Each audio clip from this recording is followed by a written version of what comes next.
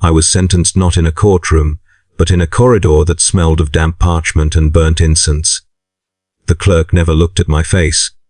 He looked at my hands once, checking for tremor or injury, then stamped the docket with a dull iron seal that bit into the paper like a wound. The aquila was crooked, one wing higher than the other, as if even the symbol of authority sagged under its own age. My name was spoken a single time, mispronounced, then crossed out and replaced with a serial string that followed me thereafter like a chain. I remember thinking that the chain was metaphorical. I was wrong about that too. They marched us in a line of 12, shackled wrist to wrist, through doors that grew thicker the further down we went. Each seal broke with a hiss, each threshold marked by a prayer daubed in grease on the lintel. The stairwells spiraled downward without symmetry, as if the hive had been bored out by something blind and patient. Rust flaked from the rails and stuck to our palms. Lumen strips buzzed and flickered, their light sickly and insufficient, casting our shadows long and distorted against the walls. I tried to count the levels, to keep some measure of where I was, but after the first 100 flights the numbers blurred, and the effort felt like a sin. The air changed first. It thickened, grew warm and damp, carrying a taste that clung to the tongue. Rot, yes, but also something sharper, chemical runoff, promethium residue, and the faint sweetness of decay that comes from things once alive. The vents breathed in fits and starts, exhaling stale prayers recorded centuries ago and played on a loop to remind us of our duty. The words were warped by static and distance, fragments of catechism that promised redemption through labor and warned of punishment through failure. I mouthed them automatically. It felt safer to do so. At the final landing, the guards unshackled us with practiced indifference. One of them vomited into a drain and wiped his mouth with the back of his glove, embarrassed not by the act but by being seen doing it. Beyond the gate lay the underlevels. There was no grand reveal, no dramatic descent into darkness, just a widening of space, a cathedral of pipes and conduits, with waste channels carved like rivers through the floor. The ceiling was lost in shadow, pierced by dangling cables that dripped condensation onto our heads.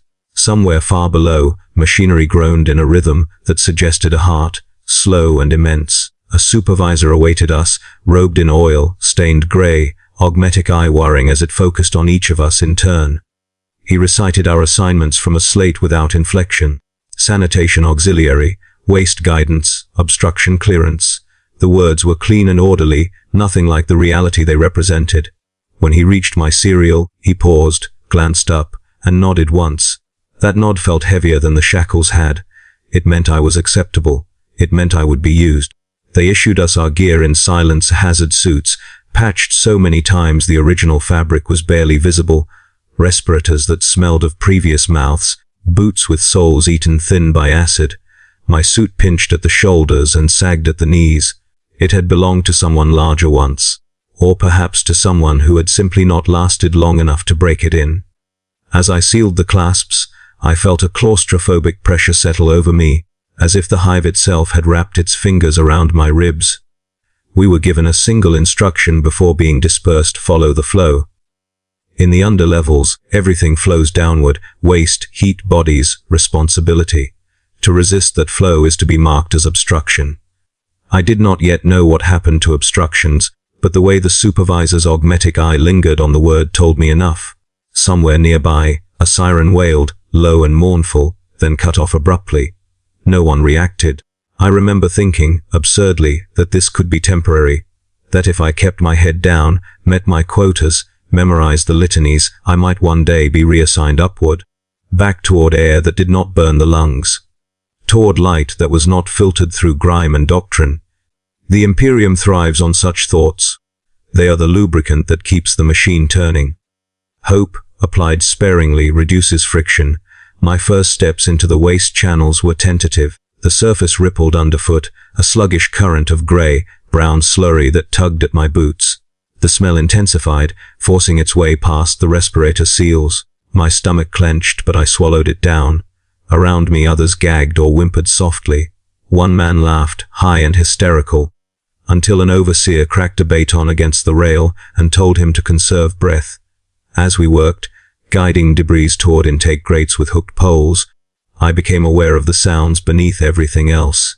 Not just the machinery, but the city itself, creaks and groans as massive structures settled, distant impacts as something collapsed far above, the constant murmur of millions of lives lived and ended without notice. It was oppressive not because it was loud, but because it never stopped. There was no silence in the underlevels. Even sleep, I would later learn, came with a soundtrack. At the end of the shift, they herded us into a decontamination alcove and sprayed us down with stinging chemicals that left my skin raw and red. A clerk checked my serial against a ledger and marked me present. No commendation, no admonishment, just confirmation that I still existed in a form useful to the hive. As I lay on a bunk bolted to the wall of a dormitory that smelled of damp metal and unwashed bodies, I stared at the ceiling and listened to the waste flow past. Meters away, it did not occur to me then that no one is ever reassigned upward, that the underlevels are not a step on a path, but a terminus, that the hive does not remember those it feeds upon, only the work they leave undone. I slept with my respirator beside me, just in case the vents failed, and dreamed of stairwells that never ended. They wake you in the underlevels the way they wake machinery, with a jolt, with noise, with an assumption that rest is merely a temporary fault state. A klaxon barked from somewhere above our dormitory pens, its tone tuned to scrape the nerves raw rather than simply alert. The lumen strips snapped on a heartbeat later, bleaching the room in pallid light that made every face look like it belonged to a corpse not yet processed. I sat up too quickly and tasted bile through the stale air. Around me, men and women fumbled for boots, for respirators, for the tatters of hazard suits. Moving with the slow obedience of those who have learned that hesitation earns attention, we lined up at the ration window where a servo arm dispensed grey nutrient paste into dented tins.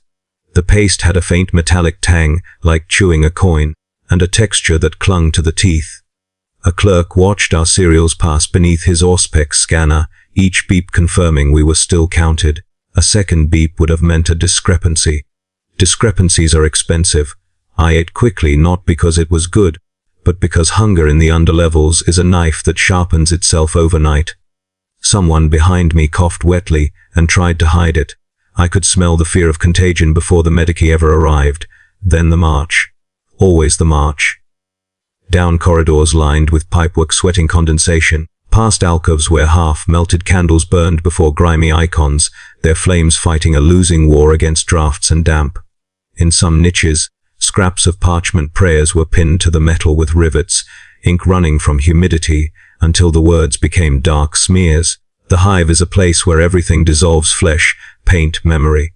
Only the paperwork endures.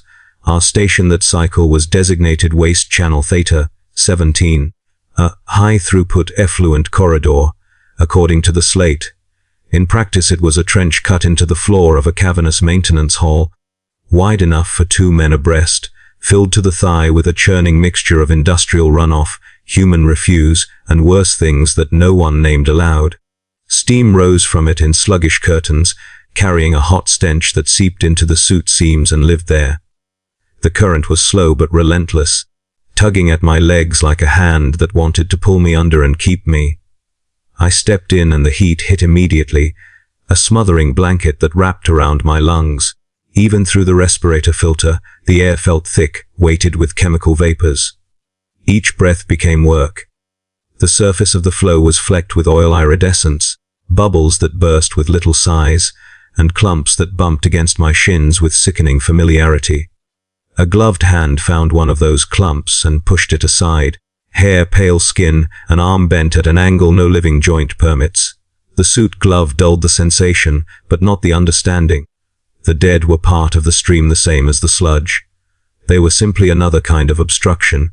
Our tools were long hooked poles and wide, mouthed scoops, battered and stained. The foreman, adjunct rel, as his badge declared, paced the catwalk above us with a data slate pressed to his chest.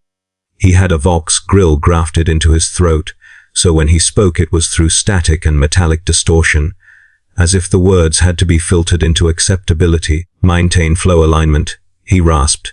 Prevent great blockage, report anomalies. Non-compliance reduces rations. The overseers stood with him, spaced out along the gantries like carrion birds. They wore cleaner suits, better filters, and carried shock prods that crackled faintly even when idle. Their faces were hidden behind mirrored visors, but you could feel their gaze like pressure. They were not here to help. They were here to record. The work was simple in theory: guide the stream toward the intake grinders at the far end of the corridor, keep debris from piling at the edges, break up clogs before they became events. The simplest work in the Imperium is always the most punishing, because it relies on bodies rather than intellect, and bodies are plentiful. We waded forward, every step resisted by the current. My boots sank into a layer of semi-solid sediment beneath the surface, sucking at the soles when I tried to move. The sludge coated the suit, staining it darker, adding weight. Within minutes, sweat pooled under the suit, running down my back in warm rivulets. The respirator began to taste like rubber and old breath. My arms burned from forcing the pole through the thick flow. Every so often, something hard clanged against the tool: scrap metal, bone, a length of pipe torn loose from somewhere upstream. Once my hook snagged on fabric, and when I tugged it free, a child's shoe surfaced, small and cracked, still tied. It bobbed for a moment and then drifted away. I watched it go, and in that instant I felt something inside me shrink, something that had been soft enough to hurt. The heat never lessened. It pressed against the eyes behind the visor until tears blurred my vision. Somewhere nearby, a worker retched, the sound muffled by filters. The overseer nearest him leaned over the rail and lowered his prod, tapping it once against the man's helmet. A warning. The message was clear: vomit if you must, but do it without interrupting output. We reached the first set of intake grates, huge iron lattices bolted into the floor, each bar worn thin from centuries of abrasion. Beyond them, I could hear the grinder's massive teeth turning slowly, chewing, grinding, swallowing. The sound was not a roar but a constant wet crunch, like an animal eating too close to your ear. Steam rose from the grates in breathy gusts, and the smell intensified: hot metal, acid, and something like cooked fat. This was where clogs formed. Debris gathered at the bars, piling into dam-like mounds that slowed the flow and backed the waste up behind us. Our job was to keep it moving. We used hooks to pull large pieces free, shoving them down between the bars where the grinders could take them. The dangerous part was the suction. The pull toward the grates was subtle until you were close enough for it to matter. Then it became insistent, tugging at legs, at tools, at anything it could claim. One of the newer workers, a thin man with trembling hands and a respirator strapped too loosely, stepped too near. I saw it happen in a blink. His boot slid on a slick patch of sediment, his knee hit the grate edge, and the current took him. He flailed, arms windmilling, trying to grab the rail, the wall, anything. His fingers scrabbled against metal smeared with slime and found no purchase. He screamed, the sound warping through his Vox filter into a choked electronic howl. For a heartbeat, I froze. Not from compassion, there wasn't time for that, but from the cold realization that it could have been me. Then instinct, or fear, moved my body. I jabbed my hook pole toward him, aiming for his harness. The hook caught fabric and tore it. The current yanked him forward again, slamming his helmet against the grate with a dull clang. His scream cut off into a bubbling gurgle. Above, foreman, adjunct Rel, did not shout for help. He spoke into his Vox in the tone one uses for logging a number. Material loss, he said. Continue operation. An overseer flicked his prod down toward the struggling man, not to rescue but to discourage the rest of us from clustering. The prod cracked against the flow with a sharp snap. I saw the man's body jerk once. Then his arm slipped between the bars. Then the rest followed, dragged down into the grinder's waiting teeth. The sound changed for a moment. Crunching became wet tearing, metal straining. Then it returned to its steady rhythm. The hive ate, and the hive did not choke. No one spoke. We simply turned our hooks back to the grate, forcing clumps and debris through, as if nothing had happened. The current carried away what remained: a loose glove, a strip of torn cloth, a smear of blood that vanished into the grey, brown slurry. Somewhere in the back of my mind, a voice tried to form a prayer. It died before it reached my lips. Hours passed, measured only by exhaustion. Overseers walked the gantries, their slates recording our pace, our posture, our output. When someone slowed, a prod crackled. When someone slipped and fell, they were hauled upright by coworkers who did not want the delay noted. My muscles became a constant ache, my hands numb inside the gloves, the suit chafed my neck raw, and sweat turned to cold dampness whenever we moved into a drafty section. The smell never left. It clung to the inside of my respirator, seeping into my hair, into the folds of my skin. At some point, I realized I had stopped thinking of the flow as waste. It was simply the river.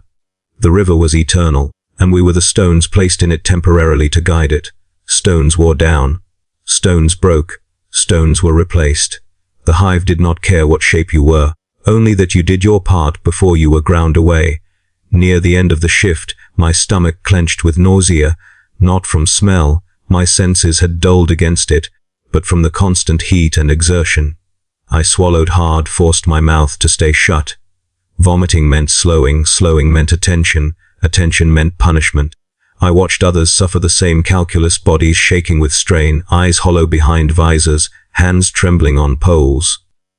We were all learning the same lesson, cycle after cycle, until it engraved itself into our bones. When the klaxon finally sounded the shift's end, it was not relief but another command.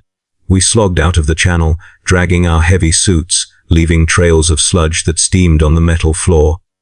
At the decontamination alcove, the chemical spray hit like needles biting into skin already raw. I gritted my teeth until my jaw hurt, refusing to make sound.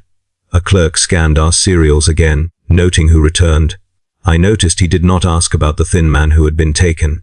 He already had the foreman's slate entry. Material loss. Case closed. Back in the dormitory, I peeled the suit off and my skin came with it in places, stuck to the inner lining.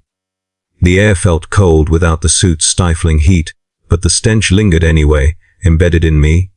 I lay on the bunk and listened to the distant grinders, the hive's slow chewing echoing through the pipes. I could still feel the current tugging at my legs, phantom hands pulling me toward the grate. That night, when I closed my eyes, I saw the river, not just Theta, 17, but an endless system of channels branching through the underlevels like veins, all converging on hungry machines. I dreamed I was wading through them forever, and every time I tried to climb out, there was only another staircase leading down. If the river teaches you endurance, the machines teach you fear, not the clean, sudden fear of violence, but a slow, marrow, deep understanding that you are fragile, and they are eternal. By the time I was reassigned closer to the core processing halls, I had learned the rhythms of waste and work well enough to know that proximity to machinery was not a promotion. It was an efficiency measure. Fewer steps between obstruction and solution. Fewer bodies needed to move what could be fed directly to steel. The grinders were only the beginning. Beyond them lay a labyrinth of compactors, presses, separators, and furnaces, all stacked in tiers like the organs of some colossal dissected beast. Catwalks crisscrossed the voids between machines, bolted together from mismatched sections scavenged and reused over centuries. Warning sigils were painted everywhere, layers upon layers of red and black, many so worn they were barely distinguishable from rust. Some bore dates older than any living overseer. The message had not changed. Keep clear, keep moving, keep quiet. The noise was constant and total. It was not loud in the way explosions are loud, but omnipresent, filling every gap in thought. Gears meshed with teeth the size of coffins. Pistons slammed down with hydraulic finality. Conveyor belts rattled and hissed, dragging their loads toward processing points where they would be shredded, melted, or rendered into something useful again. The sound vibrated through the soles of my boots and into my bones. After a while, it stopped being something I heard and became something I felt, like a second heartbeat imposed over my own. Our task in these halls was oversight and intervention. Machines are sacred, but they are also old, and old things fail in ways that new things never do. Bearings seize, teeth chip, debris lodges where it should not. When that happens, flesh is cheaper than shutting down a line. We were the flesh. I remember the first time I stood before a compactor, looking up at its crushing plates. They were immense slabs of reinforced metal, scarred and stained, their edges rounded from uncounted impacts. Each cycle, they descended with slow inevitability, paused, then rose again, leaving behind a compressed block of refuse that slid away on a belt. The foreman recited the safety litany as if it were a prayer, words slurred by his vox grilli: keep limbs clear, never turn your back, trust the indicator lights. The lights flickered even as he spoke. An indicator failure meant manual inspection.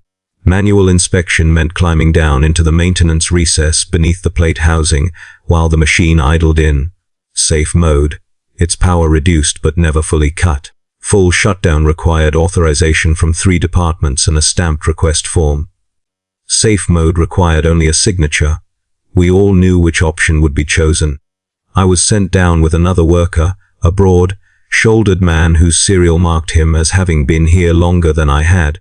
He moved with the careful confidence of someone who had survived not by bravery but by habit. The recess was cramped, walls slick with lubricant and grime. The air was hot and tasted of metal filings. We crouched beneath the plate assembly, our lumen lamps cutting narrow cones through the haze, and began clearing a jam where something fibrous had wrapped around the guide rails. Up close, the machine felt alive.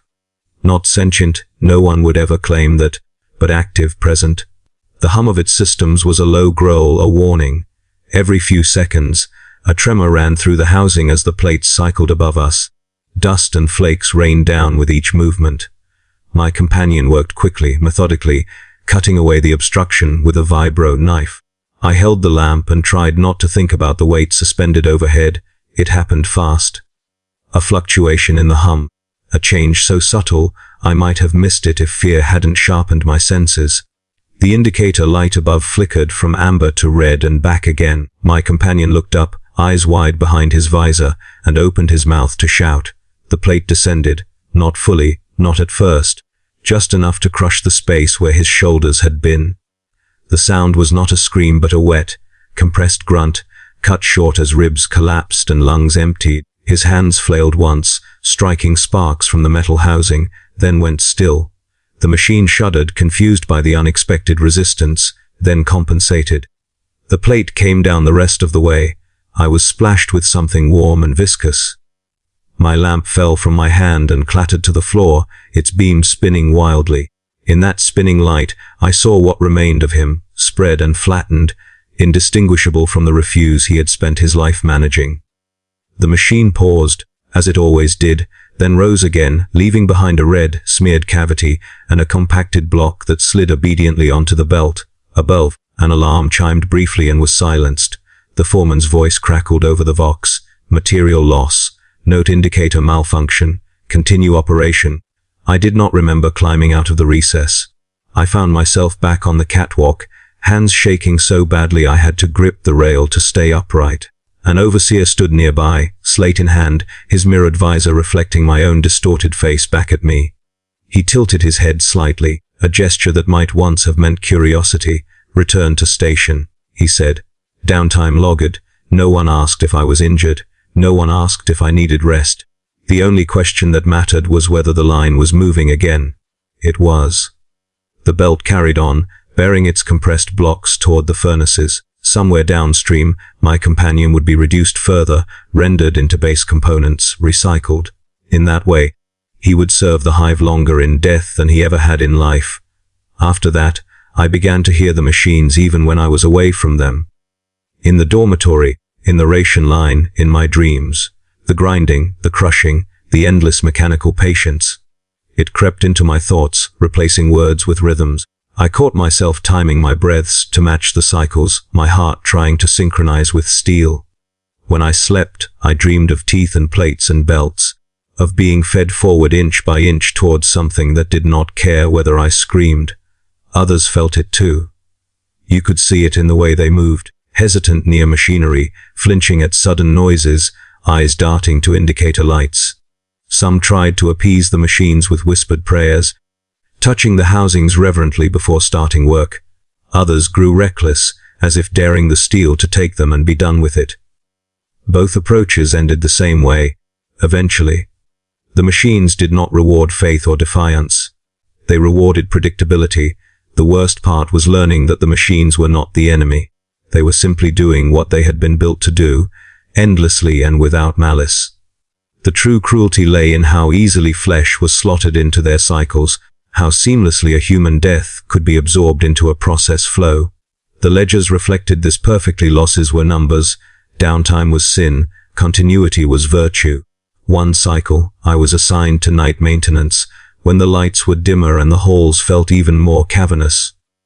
The shadows between machines seemed to move, cast by rotating arms and belts. In the half-light, the machinery looked like ranks of kneeling giants, heads bowed in eternal labor. The air was cooler, but the hum was louder without the distraction of voices. I found myself talking to the machines as I worked, muttering apologies when I struck a housing too hard, thanking a piston for cycling smoothly. I knew it was irrational. I did it anyway. When exhaustion finally dragged me into sleep, I dreamed I was inside a machine, gears closing around me.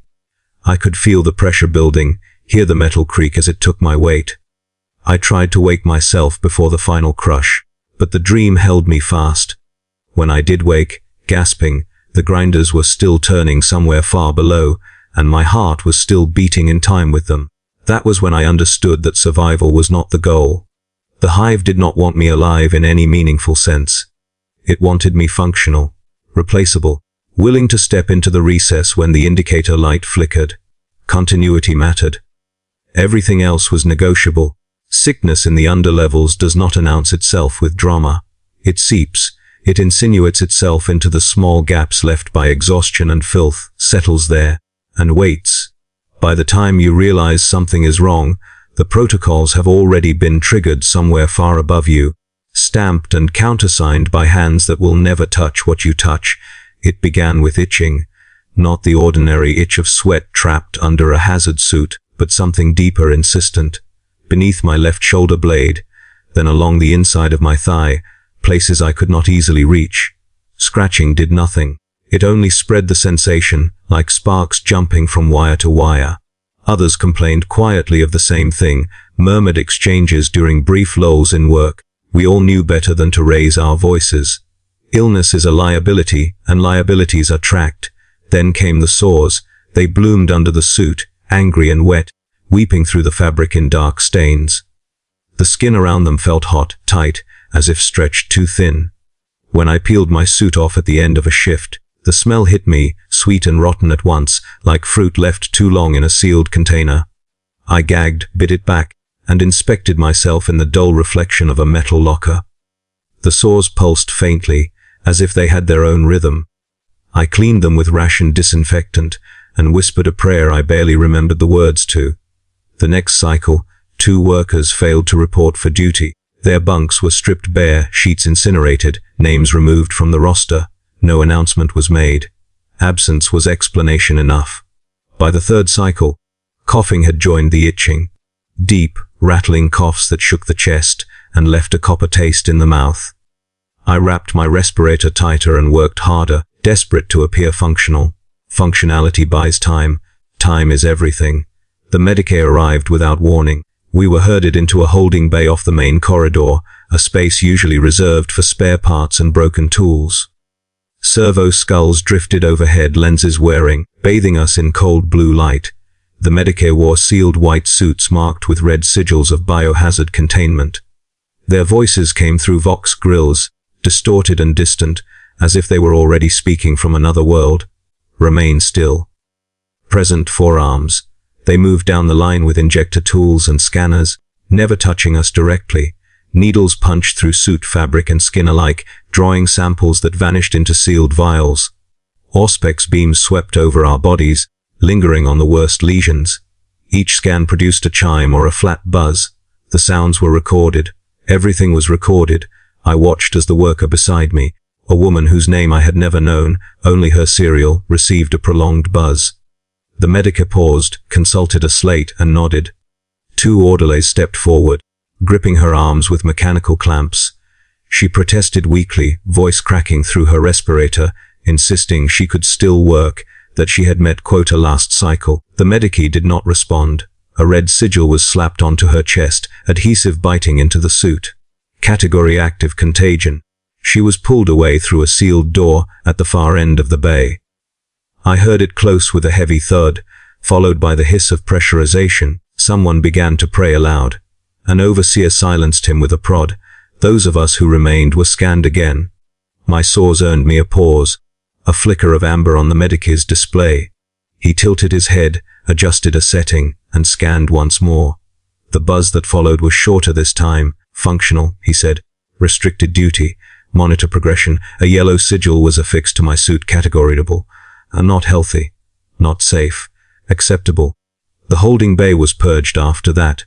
Those marked red were sealed behind the blast door. We were marched away as the warning lights flashed. From the corridor, I could hear the hiss intensify, then a deeper roar as disinfectant gas flooded the space. Coughing echoed briefly through the metal, muffled and desperate, then stopped. A clerk later logged the incident as containment successful.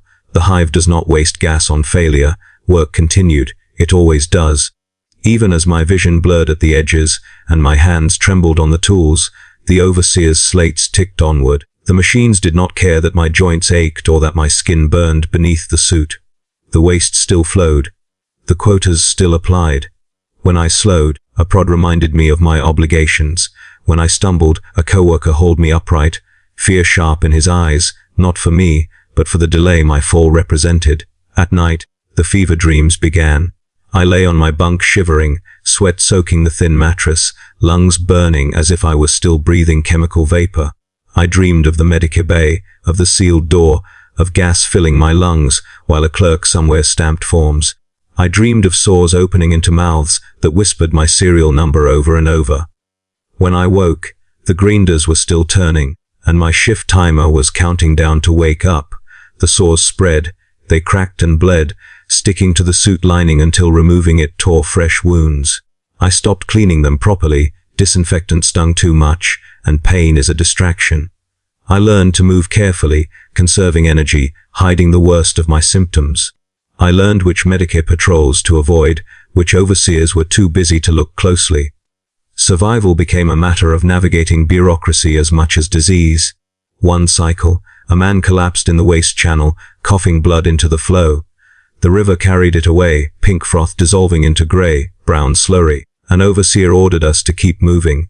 The man convulsed once, then lay still. When the Medicare arrived, they scanned him, affixed a red sigil, and dragged his body clear. The waste line never stopped. Later his bunk was empty. Later still his serial vanished from the roster. I realized then that sickness was not a deviation from the system. It was part of it. The hive consumes bodies through labor, through machinery, through disease, and through the protocols that manage those outcomes efficiently. Contagion was just another flow to be guided, another obstruction to be cleared.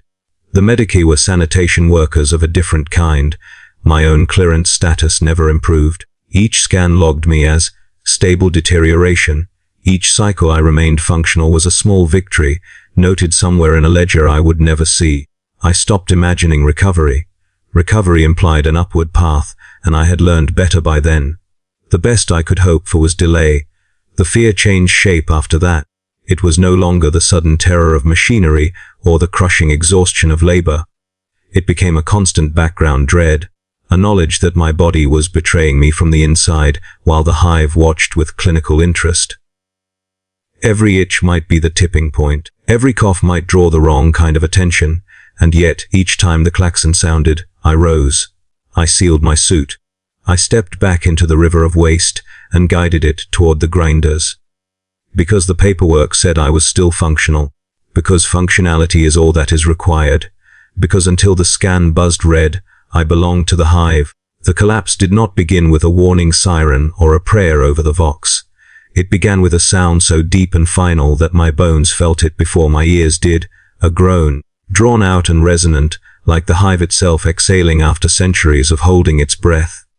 The floor shuddered beneath my boots, just a fraction at first, enough to make the waste ripple strangely around my legs. I remember looking up, instinctively, toward a ceiling I could not see, and thinking with dull resignation that this was overdue. Structural failures happen constantly in a hive. Whole hab blocks shear away. Maintenance tunnels flood or cave in. But this one was different, not because it was rare, but because it happened where I was standing. The lights went first. Lumen strips flickered, stuttered, then died, plunging the sanitation corridor into a darkness so complete it felt solid. For a heartbeat, there was silence. True silence, the kind I had almost forgotten existed. Then the screaming began. The floor buckled. Metal shrieked against metal as supports twisted under stresses they were never meant to bear. I was thrown sideways into the waste, my shoulder slamming into the channel wall hard enough to drive the breath from my lungs. Sludge surged, a sudden violent wave, carrying debris and bodies alike. Someone struck me in the back, another worker, and we both went under, swallowed by heat and filth. I flailed blindly, my hook pole torn from my grip, my respirator scraping against the wall. When I surfaced, choking, the corridor was chaos. Emergency lumen globes had activated in places, casting weak, bobbing light over a scene torn apart. A section of the ceiling had collapsed entirely, sealing one end of the corridor with a mass of broken rockcrete, twisted rebar, and ruptured pipes. Waste poured from shattered conduits overhead, adding to the rising level in the channel. Steam filled the air, hissing from ruptures, burning the eyes. Maintain position. An overseer's voice crackled over the vox, distorted by interference. Await instruction. No one listened. Panic broke what little discipline we had. Workers tried to scramble up the channel sides, slipping on slime, clawing at smooth metal. One man managed to climb halfway before a secondary collapse crushed him against the wall, his scream cut off in a wet crunch. Others thrashed in the rising waste, weighed down by suits and tools. I forced myself upright, heart hammering, lungs screaming for air that tasted of chemicals and dust. My fevered body protested every movement, but fear burned hotter than sickness. I could see the blockage ahead, the corridor sealed like a tomb. Behind us, more debris fell, narrowing the open space. We were being buried alive in the Hive's own excrement. The vox crackled again, clearer this time. Structural breach confirmed. Foreman, adjunct Rel's voice intoned. Sector classified as containment zone. Sanitation crew to initiate emergency clearance. Emergency clearance. I almost laughed. The phrase was bureaucratic perfection, neat and bloodless. It meant this: dig yourselves out, or die without interrupting flow elsewhere. Tools were dragged from the sludge, hands bleeding where gloves had torn. Lumen globes were set along the blockage, their light revealing the scale of it, meters of compacted debris, pipes snapped like bones, rockcrete slabs fused together by pressure and filth. Waste continued to rise around our legs, warm and relentless. We worked because there was nothing else to do. We dug with shovels meant for sediment, with bare hands when tools snapped or jammed. We passed debris back along the line, forming a grim relay, bodies moving automatically. The waste climbed from knee to thigh to waist, soaking suits, dragging at us with its slow, drowning pull. The heat was suffocating. Steam condensed on visors, blinding us. I wiped mine with a sleeve already soaked in blood and sludge. Someone began to pray aloud, voice cracking as he worked. Others joined in. Fragments of catechism shouted into the dark. The prayers did not ask for rescue. They asked for strength to continue. That, more than anything, told me how completely the Hive had shaped us. Minutes blurred into hours. My hands went numb, then began to throb as sensation returned in waves of pain. My sores split open under the strain, warm fluid leaking down my side. I tasted iron and chemical bitterness, not sure which came from blood and which from the air. Each breath burned. Each movement felt borrowed. At some point, a worker near the front collapsed. He simply sagged forward into the waste, exhaustion or sickness finally claiming him. The current pressed him down, covering his face. For a moment, no one moved. Then an overseer's voice barked over the vox. Clear obstruction. Two of us grabbed the man under the arms and dragged him backward, propping him against the wall above the waist line. His chest did not move. A quick scan confirmed what we already knew. Category deceased. A red sigil was slapped onto his suit and logged. His body was left where it lay. A future problem for a future crew if the corridor was ever reopened. The digging continued. When we finally broke through enough debris to create a narrow vent, fresh air hissed through, thin and cold but glorious. It did not mean escape, not yet, but it meant we were not entirely sealed. The vox crackled with new orders. Maintain clearance effort. Came the voice from above. Primary routes stabilized. Casualties acceptable. Acceptable. The word echoed in my skull louder than the machinery ever had. It reduced everything, pain, death, terror, to a threshold that had not yet been crossed. The waist reached chest height. We worked half submerged now, bracing ourselves against the walls, passing debris overhead. A pipe burst above us, spraying scalding liquid across the corridor. A man screamed as it hit his face, the sound high and animal. He clawed at his helmet, ripping it free, only to inhale a lungful of toxic vapor. He went down thrashing, then still. Another red sigil. Another note in the ledger. I felt something inside me finally give way, not physically but mentally. The part of me that still reacted with horror, that still counted the dead as individuals, went quiet. There was only the work. Lift. Pass. Breathe. Repeat. The hive does not require your soul. It requires your motion. Eventually, the order came to withdraw. Not because we were saved, but because the structural engineers had rerouted flow elsewhere. Our corridor was no longer critical. The blockage would be sealed and forgotten. We were herded out through the narrow vent we had carved, crawling through filth and broken metal, emerging into a maintenance tunnel that felt impossibly clean by comparison. They scanned us at the exit, logging survivors. Of the original crew, less than half remained. No ceremony marked the loss, no names were read. The medica checked my vitals, noted my fever spike, and marked me functional. Again, the yellow sigil stayed. As I lay on my bunk later, shaking uncontrollably, the collapse replayed in my mind, not as chaos but as process. A failure identified, resources expended, losses calculated, flow restored. I understood then that hope had not just died in that buried corridor. It had been misfiled, stamped obsolete, and archived somewhere no one ever checks. The hive had closed around us, and we had dug ourselves out just enough to keep feeding it. They told me about the promotion with the same tone they used for equipment reassignment. No ceremony, no congratulations, just a notation on a slate and a new weight added to my burden. My predecessor's name was still warm in the casualty ledger when they stamped my serial beneath the title shift lid, Sanitation Auxiliary. The ink bled slightly on the page, as if even the paper understood what it meant. He had fallen into a recycling vat. That was how the foreman phrased it. Not pushed, not slipped, not overworked until his hands failed him. Fallen. Gravity, they implied, was to blame. The vat itself was a vast cylindrical maw lined with rotating blades meant to break down solid waste before chemical dissolution.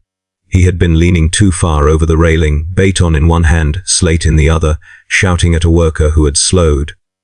The railing gave way, corroded, long overdue for replacement. The vat did not stop turning. It never does. By the time the emergency shutdown was authorized, there was nothing left to retrieve that could be classified as a body. The incident report cited infrastructure degradation and acceptable supervisory loss. Then the shift needed a new lead, and I was the highest ranked survivor with a clearance status still reading functional. They issued me the baton and the ledger at the start of the next cycle. The baton was heavier than it looked, its grip worn smooth by hands that had squeezed it in anger or desperation. The ledger was bound in cracked synth, leather, pages filled with cramped script and stamped seals. It contained quotas, disciplinary codes, and casualty tallies. It also contained something worse: authority. With the promotion came a marginal increase in rations and a slightly cleaner respirator filter. It also came with expectations. I was now responsible for output, for discipline, for reporting deviations. Failure to enforce policy would be recorded as complicity. Complicity led to reassignment. I did not ask where reassignment led. I already knew. The first time I used the baton, my hand shook. A worker, young, newly allocated, eyes still too bright behind his visor, had slowed in the waste channel, retching uncontrollably. The smell had finally broken through whatever defenses he had left. He dropped his hook pole and doubled over, gagging the current pushing waste past him unchecked. The overseer above glanced down, then looked at me. "Correct the delay," he said. I stepped closer to the young worker, shouting for him to get up, to keep moving. He tried. He really did. His knees buckled, and he vomited again. Bile and nutrient paste splashing into the flow. The waste level rose fractionally behind him, pressure building toward the intake grates. In the ledger, fractions matter. I raised the baton and brought it down on his shoulder. The crack echoed off the corridor walls. He cried out, more in shock than pain, and that sound cut through me in a way the machinery never had. I struck him again, harder this time, until he staggered upright and grabbed his pole with shaking hands. The current resumed its proper pace. The overseer nodded once and turned away. I logged the incident myself later. Corrective action applied. Output restored. My handwriting was unsteady. The ink smeared where a drop of something, sweat, waste, blood, fell onto the page. From that cycle onward, I was no longer just a body in the river. I was a mechanism, a regulator. When someone slowed, I saw the numbers in the ledger before I saw their face. When someone coughed too much, I weighed the risk of contagion against the risk of lost output. I learned how to phrase reports so that minor failures did not draw unwanted scrutiny. I learned how to phrase them so that major failures did not land on my shoulders. The guilt did not fade. It accumulated. Each time I raised the baton, something inside me recoiled. Each time I lowered it, something else hardened. The two forces ground against each other, wearing me down. I began to dream of the ledger, pages turning endlessly. My own name creeping closer to the casualty section with each entry I made. The workers looked at me differently now. Some with resentment, others with pleading hope, as if I might shield them from the worst. I could not. The system does not bend for sympathy. It bends only for numbers. I did what I could in small, cowardly ways, looking the other way when someone paused too long, logging a delay as equipment inefficiency, instead of worker failure. Each mercy was a risk. Each risk tightened the noose. One cycle, an overseer reviewed my ledger in detail. He stood beside me on the gantry, mirrored visor reflecting my hunched form as I waited for judgment. "You are underutilizing corrective measures," he said calmly. "Increased leniency correlates with decreased long-term efficiency." I nodded and accepted the reprimand. That night, I enforced the rules more strictly. The baton felt heavier in my hand, as if it knew what it was for. I struck harder, faster, trying to make the pain brief. I told myself that was kindness. The ledger did not care. The worst part was realizing how easily it became routine. The first few times my stomach churned, my hands trembled. After dozens of cycles, the motion smoothed out. Orders barked through my vox with authority I did not recognize as my own. Disciplinary codes rolled off my tongue as if I believed in them. I caught my reflection in a polished pipe one shift and did not immediately recognize the person staring back, eyes dull, posture rigid, movements economical. I had become what I once feared. When I thought of my predecessor falling into the vat, I no longer felt shock, I felt calculation. I wondered how long it would take to replace me if I slipped. How many cycles before my baton passed to another shaking hand? The answer was always the same, not long enough to matter. At the end of each shift, I still returned to the same bunk, the same stale air, the same distant grinding. The promotion had not lifted me upward. It had simply placed me between the overseers and the workers, absorbing pressure from both sides. I was a gasket, a buffer, a sacrificial layer meant to wear out first. As I lay awake, fever still simmering under my skin, I understood the final cruelty of responsibility in the hive. It does not grant power. It grants complicity. It ensures that when the machine crushes someone, it does so with human hands guiding the levers, and those hands, eventually, will be crushed as well. They told us it was a blessing that the overflow had reached the shrine. That was the priest's word, spoken through a rebreather crusted with incense residue and mold. A blessing, a test, proof that the hive still watched us closely enough to demand something in return. I stood ankle deep in waste at the threshold of the lower shrine and listened while he explained this, his voice echoing off stone walls that had once been white. The shrine had been built around a maintenance nexus generations ago, back when someone decided that sanctifying the flow would make it cleaner. Statues of saints, anonymous, standardized, their faces long worn smooth, lined the walls. Censers hung from chains that now dripped sludge instead of smoke. The Aquila above the altar had lost one wing entirely, corroded until it collapsed into the channel below. Waste had risen high enough to lap at the steps, carrying scraps of parchment prayers, bone fragments, and unidentifiable matter in slow, obscene circles. We had been ordered to cleanse it without halting operations.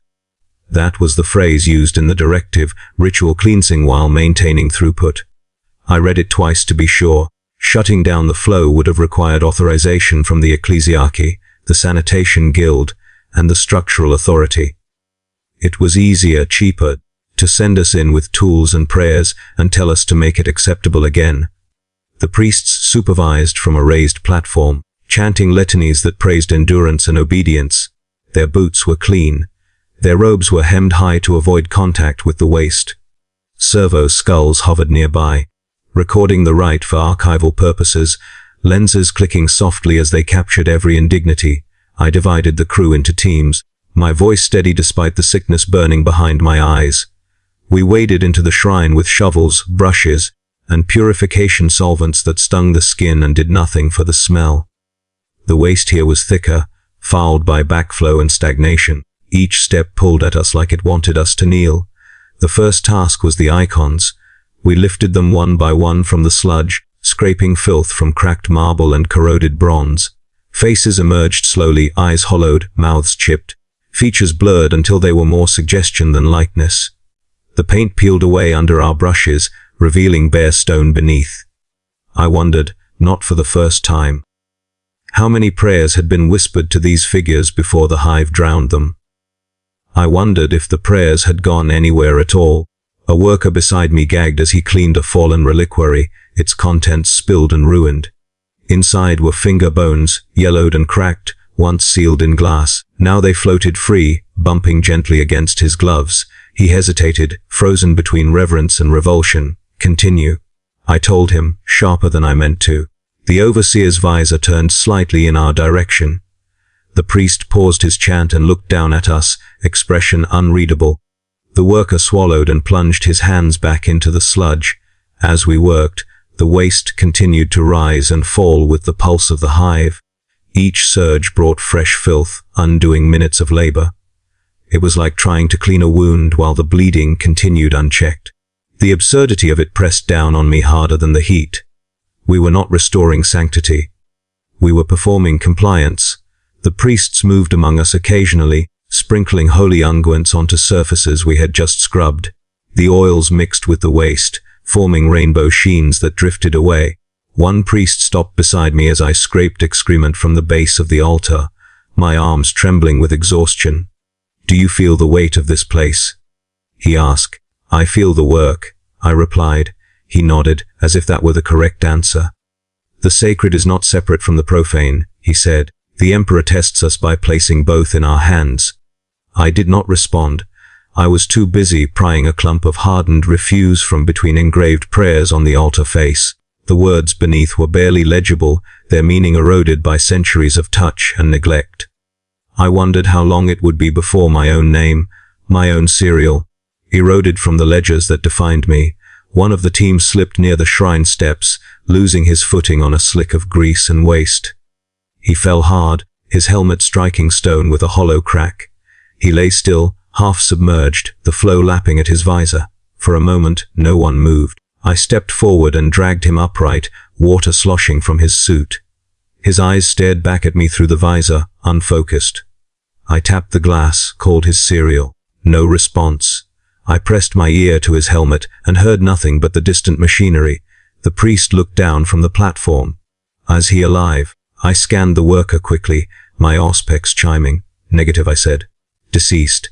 The priest made the sign of the Aquila. Then he has given his final service in a sacred place. Log it accordingly.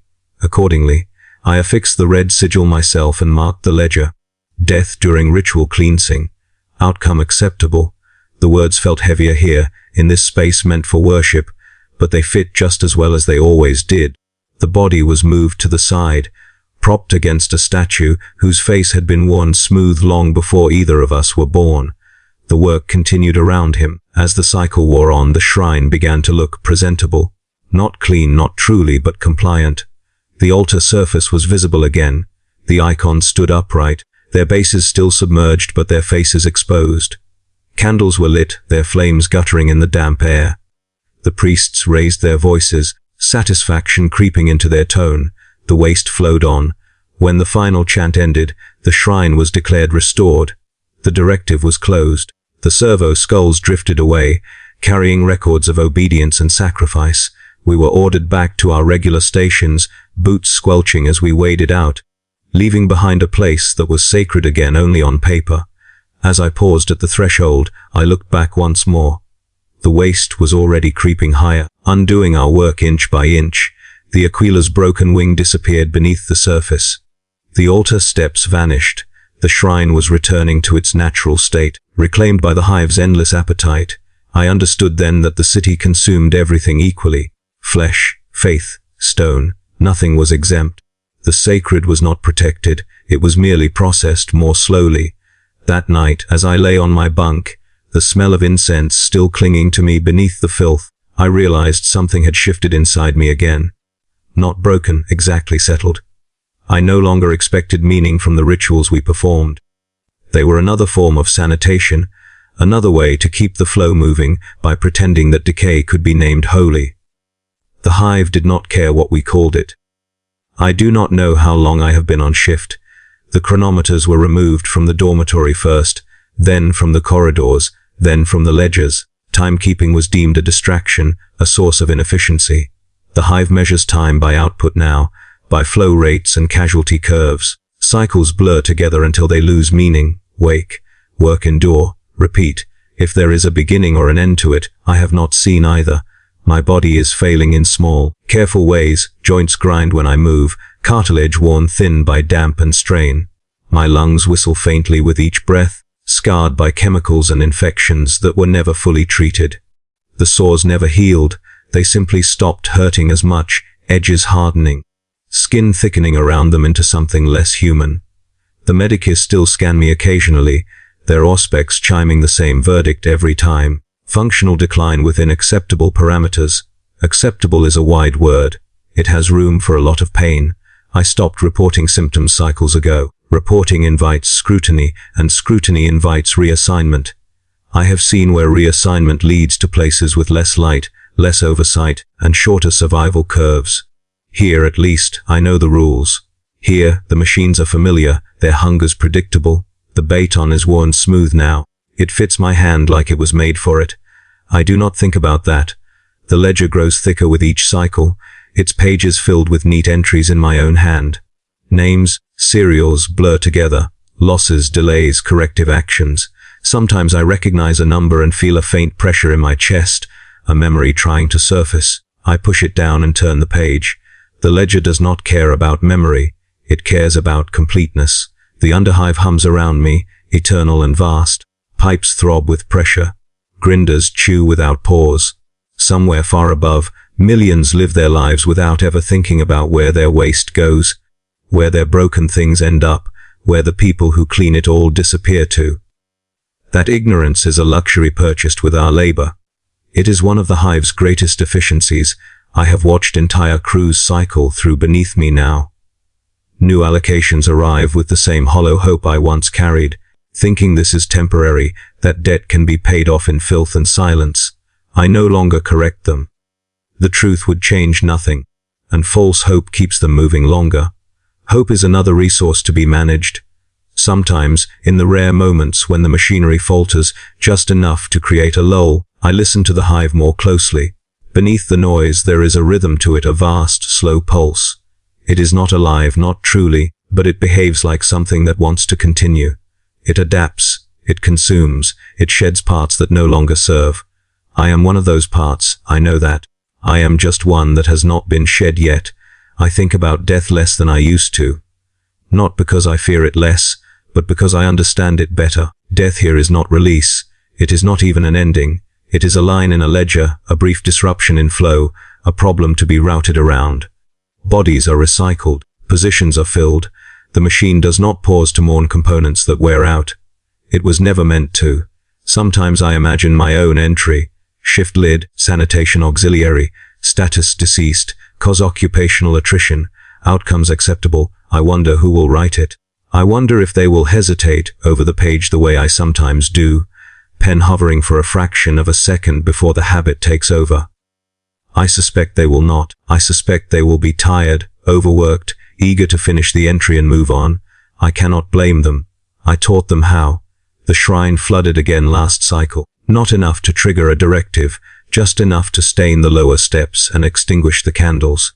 The priests will call it a sign, or a reminder, or a test. We will be sent back in time, or another crew will. The waste will rise. The icons will sink. The ritual will be performed. The hive will be satisfied briefly. Everything returns to the flow. I still dream occasionally.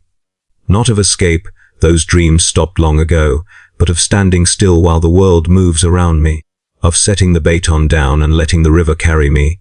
In the dream I do not struggle, I do not scream, I simply become part of it, indistinguishable from the rest of the refuse. Another obstruction cleared. When I wake from those dreams, my heart is calm, the klaxon still sounds.